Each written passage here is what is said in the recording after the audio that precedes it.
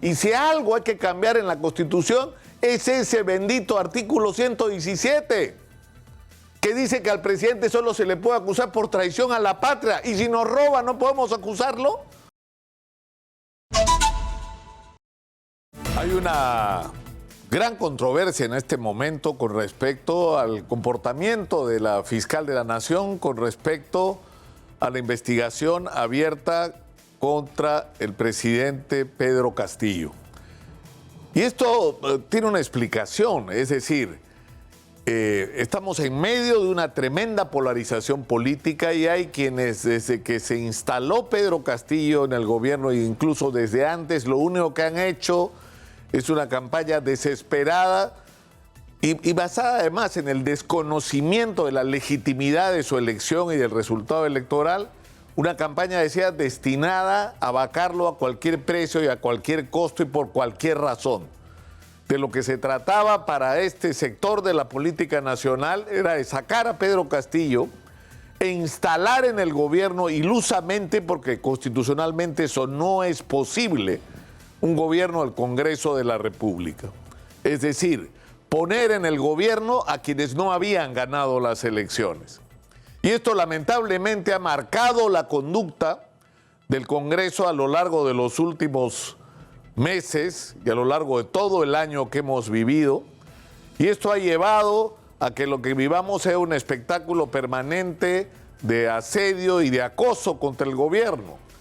En algunos casos hay que decirlo con razón, por las decisiones simplemente insólitas del presidente de poner en los ministerios a gente que no estaba calificada, a canjear ministerios por votos en el Congreso, lo que ha llevado a una situación de literal desgobierno, es decir, de parálisis del país. Es decir, ha habido casos en que las observaciones y objeciones del Congreso han sido legítimas, pero en general la conducta del Congreso, como ocurrió durante el gobierno de Pedro Pablo Kuczynski, ha sido una conducta obstruccionista y destructiva, y ha sido una conducta que ha estado muy lejos de lo que eran las expectativas de los ciudadanos, no solo con respecto al gobierno de Pedro Castillo, que ha producido una enorme decepción, sino de un Congreso que se ha ocupado de cualquier cosa menos de su obligación, que es ayudar y ser parte del proceso de cambio que el Perú necesita, lo cual supone importantes cambios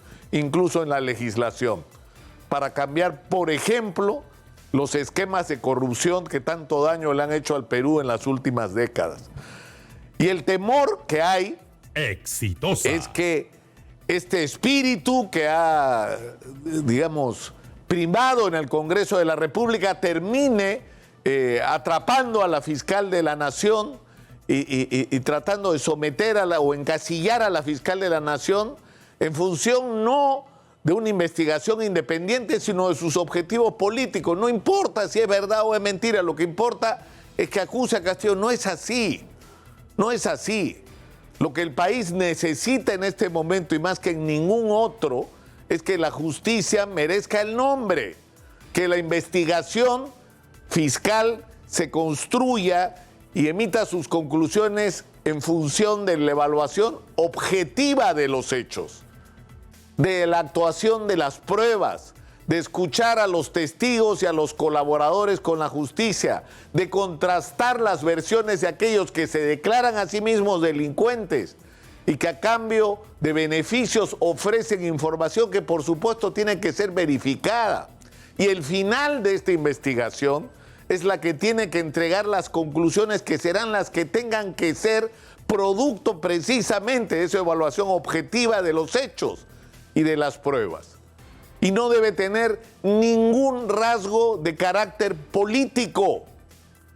El problema es que estamos ante algo absolutamente nuevo. Nunca en la historia del Perú, y yo agregaría lamentablemente nunca, ha ocurrido lo que está ocurriendo hoy. Es decir, siempre se ha tenido la política de proteger al presidente de la República, incluso ante las más grotescas evidencias de estar involucrados en actos de corrupción.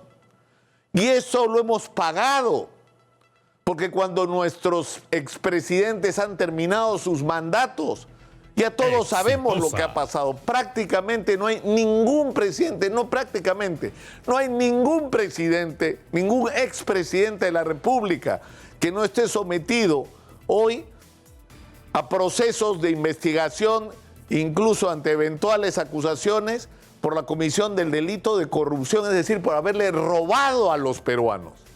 Y ojalá en el pasado se hubiera hecho lo que se está haciendo hoy. Es decir, la Constitución nos pone una barrera, no se puede acusar al presidente durante su mandato por el delito de corrupción. Parece broma si uno lo escucha, pero es verdad.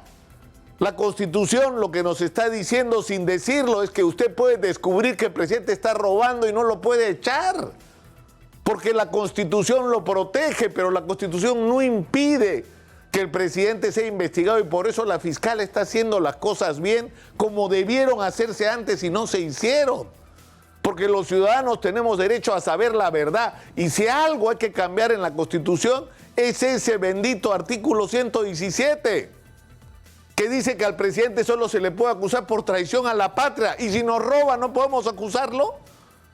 Por ejemplo, si nos roba en medio de una pandemia no podemos acusarlo. Si nos roba en las contrataciones, como ha ocurrido en el pasado, no podemos acusarlo. Si nos roba otorgando concesiones, no podemos acusarlo. Si nos roba concediendo irregularmente reducciones de pena o hasta indultos, no podemos acusarlo.